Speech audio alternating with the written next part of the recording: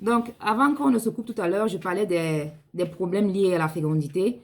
Et j'avais, pour ceux qui viennent d'arriver, pardon, j'avais vu que les conjoints se replient sur eux. Parfois, quand les enfants arrivent, ils ne partagent pas et ils sont concentrés sur l'enfant et ça peut créer des jalousies.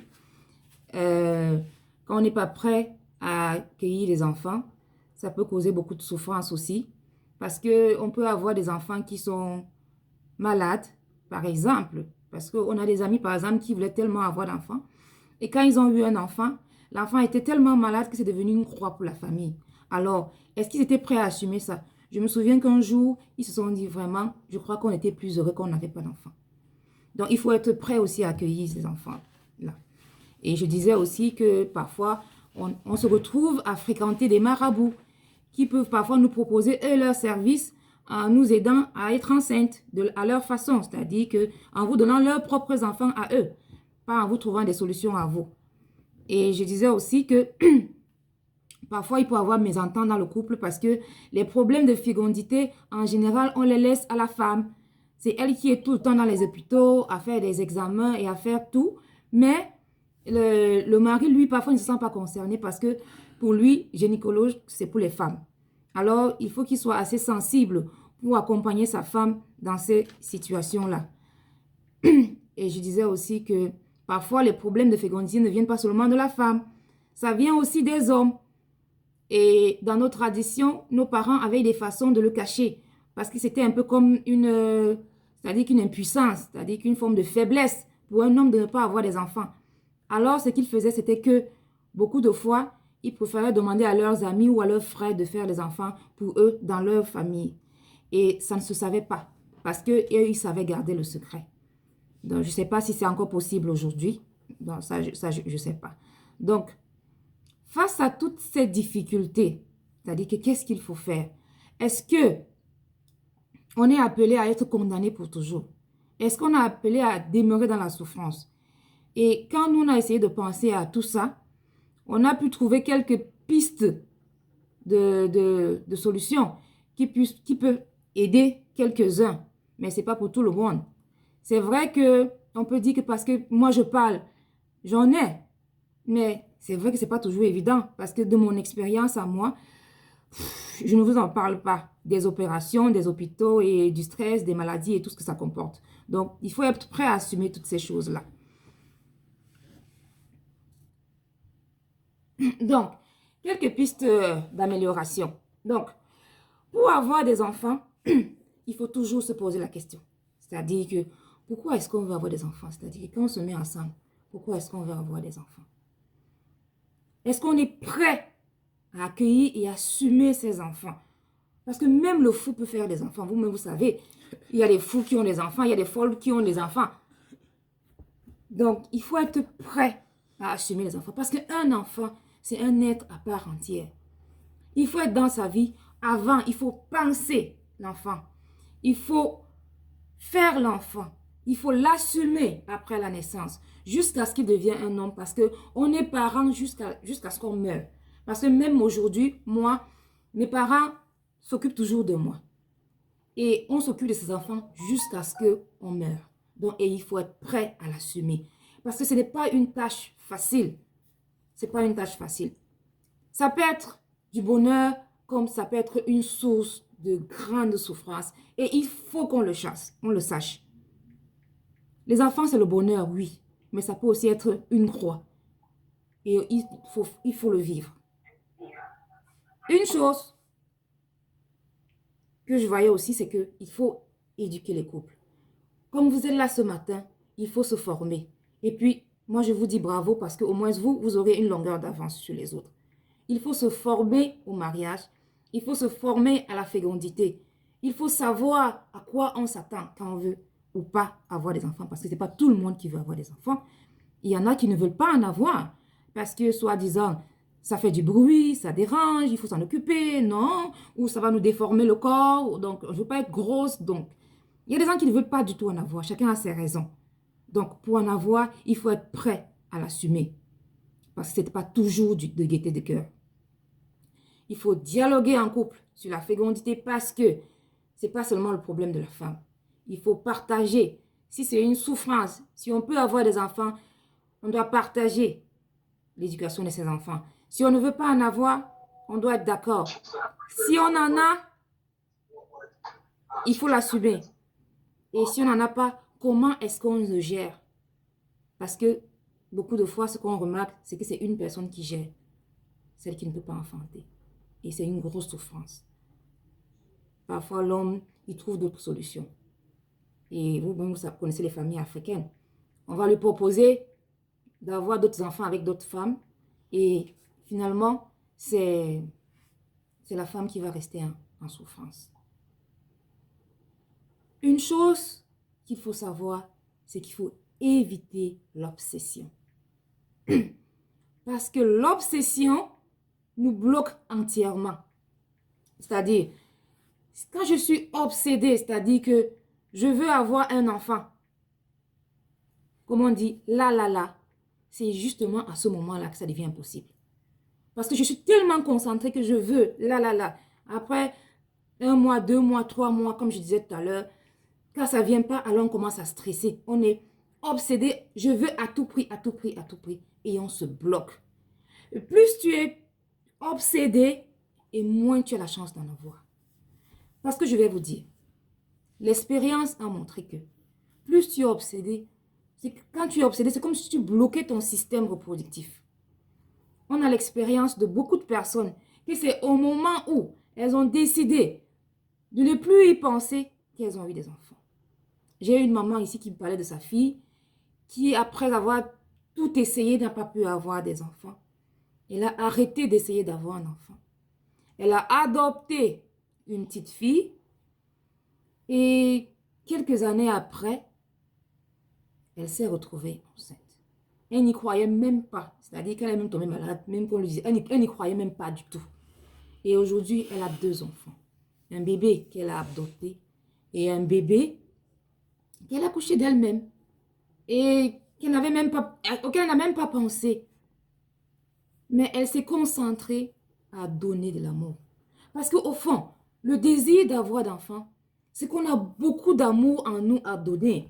Et cet amour-là, c'est là, ça a besoin de sortir. Alors, on a l'habitude de vouloir le sortir pour nos propres enfants. Mais si on ouvre son cœur à donner de l'amour, quel que soit l'enfant qu'on a devant nous, on se sent heureux, on se sent épanoui. Et puis quand on est dégagé, alors là, on peut se donner la chance d'avoir des enfants. Donc, il faut éviter à tout prix l'obsession, parce que l'obsession nous bloque. Et je me souviens que dans nos familles, même africaines, quand vous êtes en couple, que vous avez passé quelques temps sans avoir des enfants, et on a toujours des enfants dans la famille qu'on envoie chez vous, et pour vous aider, pour vous permettre de donner cet amour-là. Et on a plein d'exemples comme ça qui ont eu l'expérience qu'en donnant cet amour-là, eux-mêmes, ils arrivent à faire des enfants. C'est vrai qu'il y a d'autres qui n'arrivent pas à le faire parce que c'est un problème de santé réel, mais les autres arrivent à le faire plus facilement. Une autre chose que je voyais, c'est qu'il faut faire la différence entre un géniteur et un père. Parce que on peut être père parce qu'on construit un enfant, comme je disais tout à l'heure, on lui donne de l'amour, on s'en occupe de la naissance, ou je ne sais pas si on l'a adopté, du moment où on a cet enfant, jusqu'à ce que vous mourrez, vous vous en occupez. Ça, c'est être un père. Mais être un géniteur, on peut faire des enfants partout et on ne s'en occupe pas. Ça, c'est juste être un géniteur. Ça, c'est pas être un père.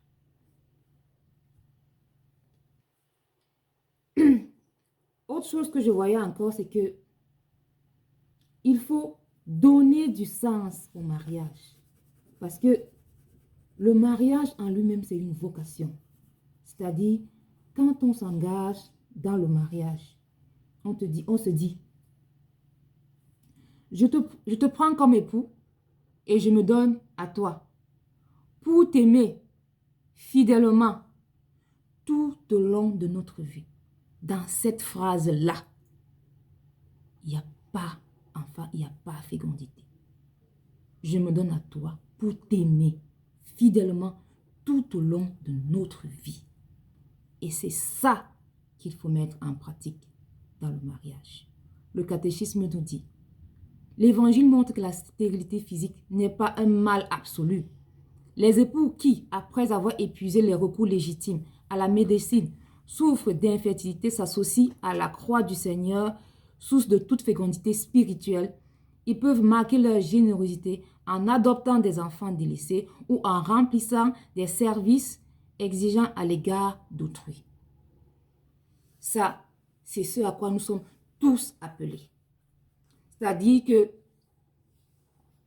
la fécondité, c'est d'abord la générosité dans l'amour. Il faut être généreux en amour, l'un envers l'autre et envers toutes les personnes qui sont auprès de nous. Une autre chose, c'est-à-dire créer des organismes. Je me souviens que mon mari, avec cette expérience-là, il avait créé un organisme qui s'occupait des enfants de la rue. Il y a beaucoup de choses. Il y a des orphelinats. Il y a des enfants qui ont besoin de parents, qui ont besoin de personnes pour les aimer. Mais il n'y en a pas. Ces personnes-là sont appelées à ça. Rendre service et accompagner les autres parce que c'est des souffrances. Et je peux vous dire, l'absence d'enfants, ça peut être une très grande souffrance. Mais cette souffrance-là peut être dépassée si on s'en donne les moyens. Parce qu'en fait, la souffrance fait partie de notre vie. C'est-à-dire que vous pouvez souffrir parce que vous ne pouvez pas faire des enfants. Mais il y a des personnes qui vivent pire que ça. Qui ont des maladies incurables. Mais c'est une souffrance. C'est-à-dire que dans tout le sens de la vie, si tu ne souffres pas parce que tu n'as pas d'enfant, il y a toujours quelque chose pour lequel tu vas vivre une souffrance atroce. La souffrance fait partie de notre vie. Alors c'est à nous de nous donner les moyens de dépasser ces souffrances-là. De se donner les moyens de s'engager communautairement, de s'engager avec la vie de nos conjoints, de s'engager avec la vie des personnes qu'on a autour de nous. Et comme ça, on pourra trouver le bonheur. Donc, en dehors de la fécondité physique, on peut avoir une fécondité spirituelle. Donc, la fécondité spirituelle, je vais laisser le soin à Rigaud tout à l'heure de vous en parler. Donc, Je n'ai pas connecté. Je devais donner la parole à... Georgette qui n'est pas connectée, donc je vais enchaîner. Ok, je donne la parole à Rigaud pour qu'il puisse continuer avec vous. Il va vous parler de la fécondité dans le sens spirituel.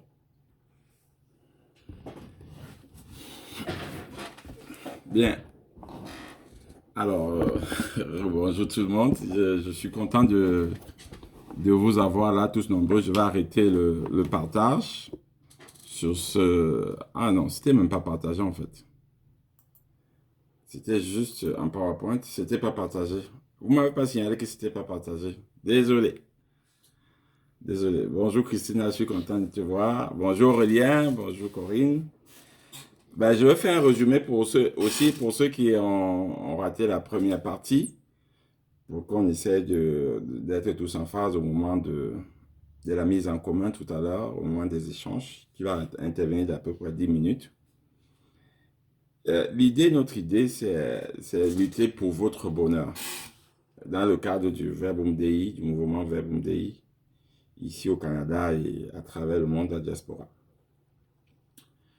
Et l'un des problèmes, nous, mon épouse et moi, on se bat, et toute l'équipe, on se bat pour que vous soyez heureux. Tout le monde, vous qui êtes là, même ceux qu'on ne connaît pas.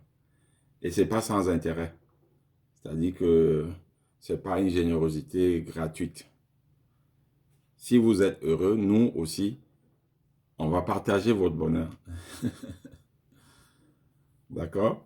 C'est-à-dire, nous, on veut que vous soyez heureux. Parce que si vous êtes heureux, nous, on va profiter de votre bonheur. En vous voyant heureux, nous aussi, on sera heureux. Donc, voilà.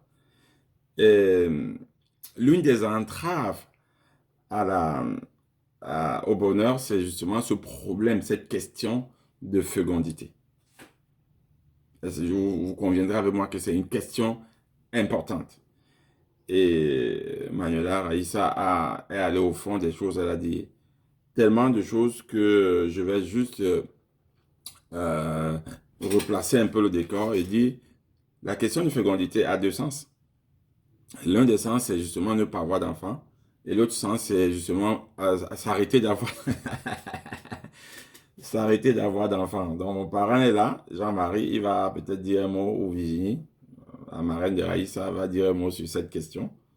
Raïssa a parlé suffisamment sur la question de ne pas avoir d'enfants. Elle a fait absolument tout le tour.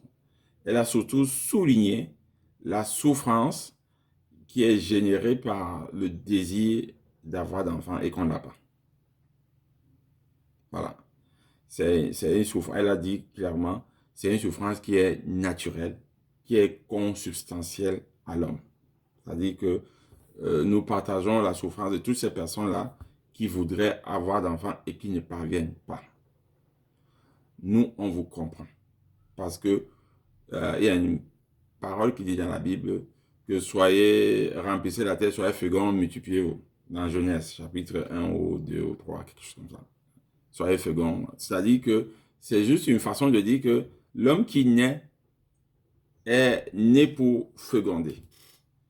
L'instinct même, c'est instinctif, on appelle ça l'instinct de reproduction.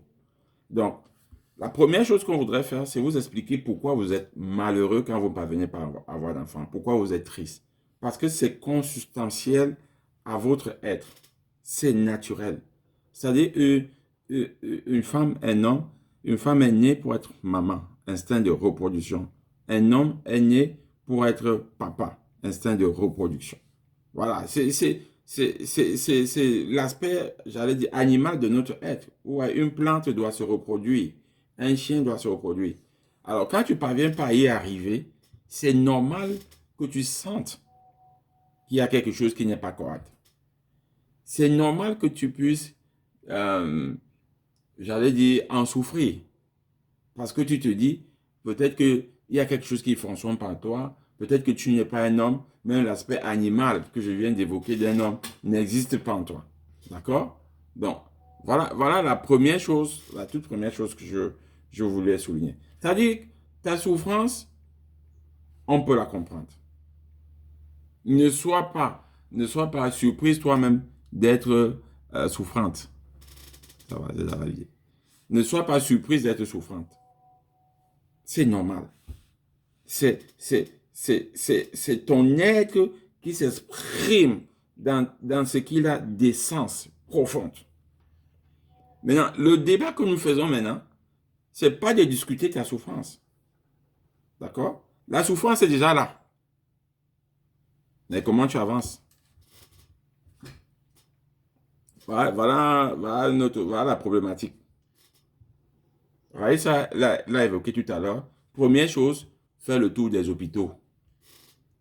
Donne-toi une chance. D'accord? Fais le tour des hôpitaux. Quand elle dit faire le tour des hôpitaux, on voit la femme.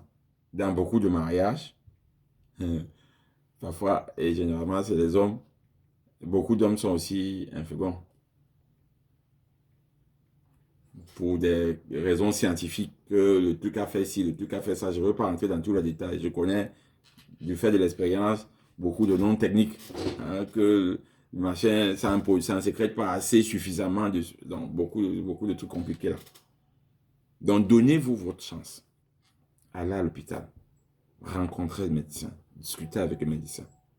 Soignez toutes les maladies parce qu'il y a des maladies qui empêchent un certain accouchement. D'accord? Il y a le chlamydia, il y a des maladies bizarres là. Il y a beaucoup de maladies bizarres. Il y a des maladies qui ne se manifestent pas, qui ne s'expriment pas, qui sont cachées. Par exemple, le chlamydia. C'est une cause importante d'infertilité chez beaucoup. Tu es malade, tu as le chlamydia, tu ne sais même pas que tu l'as. Parce que ça n'a pas de symptômes. Et voilà, tu passes toute ta vie à pleurnicher, juste tu as le chlamydia. Donc, il y a des maladies comme ça que les spécialistes d'enfants là savent le faire. Je ne sais plus comment on les appelle. Docteur Godbel, c'est quelle spécialité? C'est pas des gynécologies, je pense. Savent le faire. Il faut aller à l'hôpital. Et il faut aller à l'hôpital avec ton mari. On est d'accord? Il faut aller à l'hôpital avec ton mari parce que vous allez, à ce niveau-là, regarder tout ce qui ne va pas. Voilà, première étape, regardez. Maintenant, vous êtes à l'hôpital, vous avez fait tout ce qu'il faut faire et ça ne marche pas. D'accord. Ce que je vous dis, la deuxième chose que je voulais vous dire, peut-être que on n'a pas précisé précédemment, c'est de comprendre que le corps humain n'est pas une machine. C'est-à-dire que combinaison de matières premières égale production de produits finis. C'est-à-dire que l'homme et la femme, matières premières, se réunissent et ils se mettent ensemble dans un usinage. À la fin, il y a un produit fini qui s'appelle enfant. Ça ne marche pas toujours comme ça. C'est pour ça que beaucoup de parents vous diront que l'enfant, c'est un don de Dieu. Oui, parce que tu t'es couché avec ta femme tous les jours de la... tous les jours de la vie pendant 1 mois, 2 mois, 3 mois, 4 mois, 5 mois. Ben, l'enfant ne vient pas. Oui, c'est pas l'usine. À l'usine, quand tu veux fabriquer un chocolat, tu prends l'arachide, tu prends le cacao, tu mélanges, tu écrases, tu mélanges, tu mets l'huile ou l'eau là, tu tournes, tu mets un peu de sucre, tu donnes, c'est sorti. Non, non, non, non, ça ne marche pas comme ça. L'homme, c'est pas une usine. Est-ce que c'est une information importante? Je pense, non? Je pense. L'homme, c'est pas une usine. C'est pour ça que tous les parents vous diront que l'enfant, c'est un don de Dieu. Parce que le jour qu'ils ont voulu avoir l'enfant, ils n'ont pas eu. L'enfant est venu le jour que Dieu a voulu.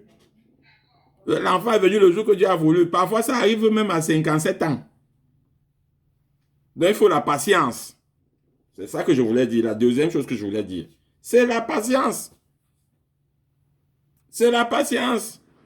Raïssa l'a évoqué. Je souligne juste que quelqu'un vient de se marier. Ça fait même pas 10 minutes. Quelqu'un vient de se marier. Ça fait même pas 10 minutes. La personne veut dire, ah, voilà. La personne va dire, ah, voilà l'enfant. Ça fait pas 10 minutes que tu t'es marié. Ça fait pas 1 minute. Non, j'ai déjà dormi avec mon gars. Pourquoi j'avais pas l'enfant? Mais ça fait pas 10 minutes. Tu viens de te marier. Je veux dire 10 minutes. Ça veut dire 1 mois, 2 mois, 3 mois, 4 mois, 1 an, 2 ans. Mon parent est là, il va donner son témoignage, vous allez rigoler. C'est venu quelques temps après. Il y en a qui viennent même 10 ans après. Et c'est toujours l'enfant. L'enfant qui vient 1 mois après. L'enfant qui vient 10 ans après. Est-ce que c'est pas l'enfant? C'est l'enfant. Donc, deuxième proposition que nous allions vous faire après le truc de médecin là. Deuxième, c'est la patience. Et pendant que tu es patient, pendant que tu attends, pourquoi tu es malheureux? Pourquoi tu es comme si on t'avait mis dans une boîte? Pourquoi tu arrêtes de vivre? Voilà la problématique. Je vous ai dit que le point de départ, nous, au Verbe ici au Canada, c'est que nous, notre travail, c'est le travail pour ton bonheur. Voilà, tu viens de te marier, ou tu t'es marié, ça fait 1 an, tu t'es marié, ça fait 2 ans, tu t'es marié, ça fait 4 ans, tu t'es marié, ça fait 5 ans, tu t'es marié, ça fait 6 ans. Je ne sais pas si Caroline est là. Caroline, tu es là? Tu soulèves la main. Tu t'es marié, ça fait 6 ans. Tu t'es marié, même ça fait 10 ans. Caroline a eu son enfant après 10 ans de mariage.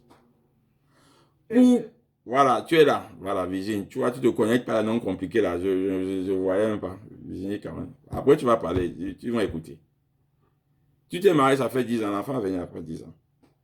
Donc, pendant les 10 ans que tu as pas d'enfant, tu as mis ta vie dans une boîte. Tu as fermé. Et quand finalement l'enfant va venir, tu vas te dire quoi? Que tu as refusé de vivre pendant 10 ans. Voilà, donc, je m'explique bien. L'enfant n'est pas venu. C'est un fait. C'est une souffrance. C'est une frustration. Moi, ce que Raïs et moi, ce que nous, au Verbe, on te propose aujourd'hui, c'est de penser que de ne pas mettre ta vie dans le sac, de continuer à vivre parce que le temps de Dieu va venir. De continuer à vivre pleinement, intensement, de gambader, j'aime trop le mot gambader. C'est un mot que j'ai appris à la CIL. Gambader. Il gambade. Ça dit sautiller. Tu n'as pas d'enfant. Pourquoi mettre tu n'as pas d'enfant? Ou tu n'as pas encore d'enfant? Donc, deuxième solution, la patience et la joie. La patience dans la joie. Le temps de Dieu va arriver. Et partant de là, tu vas développer une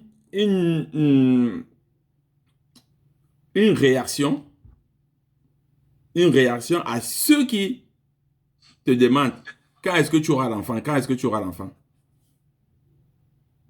Tu vas dire que ce n'est pas encore arrivé, mais pas comme une personne frustrée. Pas comme une personne frustrée.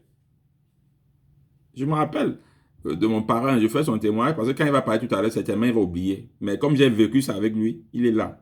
Comme j'ai vécu ça avec lui pendant qu'il n'avait pas d'enfant. Mais le gars n'avait aucune pression. Ça faisait 1 an, 2 ans, 3 ans. Il n'avait pas d'enfant. Il n'avait pas. On rigolait. Mais je le vois, il n'avait pas de problème. Et c'est pas qu'il avait l'intention d'aller fabriquer les enfants dehors. C'est d'ailleurs un de mes grands amis. Hein? Parce que Raïs a dit que une des solutions pour avoir ça, on peut adopter. On adopte les enfants dans la famille et on peut adopter les autres enfants. Ça permet de déployer l'amour qui est en nous, ce qui est une bonne chose. Mais j'ai un ami qui a choisi, un grand ami, qui est chrétien, engagé, qui a choisi, de ne pas avoir adopté d'enfant. Il est marié, ça fait des dizaines d'années, il n'a pas eu d'enfant. Il a choisi de ne pas adopter d'enfant. Et il n'est pas malheureux.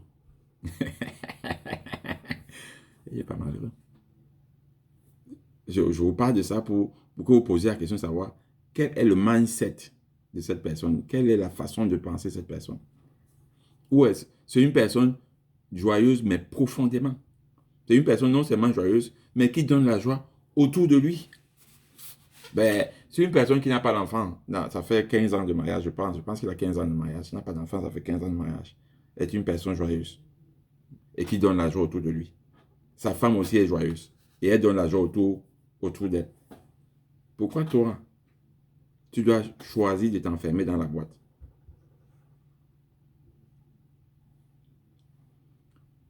Notre proposition aujourd'hui, c'est de dire à ceux qui n'ont pas eu d'enfant que nous comprenons votre souffrance. Mais ne mettez pas votre vie entre parenthèses. Vous avez le droit à la vie. Aïssa l'a très bien dit. La souffrance est une chose qui fait partie de notre vie. Chiara Lubich, c'est une femme que j'aime beaucoup. C'est la fondatrice d'un mouvement très grand dans l'Église catholique qui s'appelle le mouvement des Focolari.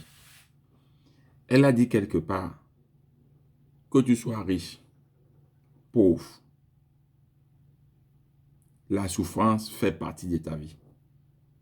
Que tu sois président, Nicolas Sarkozy, ou je ne sais pas comment votre président là-bas s'appelle aujourd'hui, ou Justin Trudeau, ou Paul Biya, la souffrance fait partie de ta vie. Que tu sois pauvre, les plus pauvres, la souffrance fait partie de ta vie. Donc, la problématique de la souffrance n'est pas une question. Il n'y a pas quelqu'un qui existe sur la terre, même le pape François, c'est-à-dire qui marche seulement sur les tapis, bon, il a tout, il pourra avoir tout.